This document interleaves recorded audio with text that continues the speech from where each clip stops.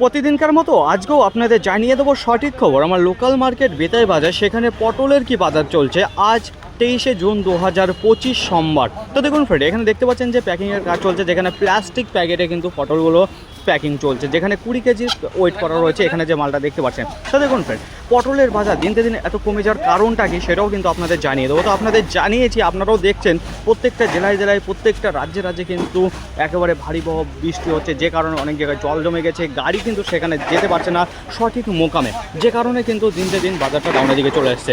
তো দেখুন ফ্রেন্ড, আজকের যে বাজারটা রয়েছে সেটা প্রথমে জানিয়ে তারপরে আরও অনেক কিছু বলবো।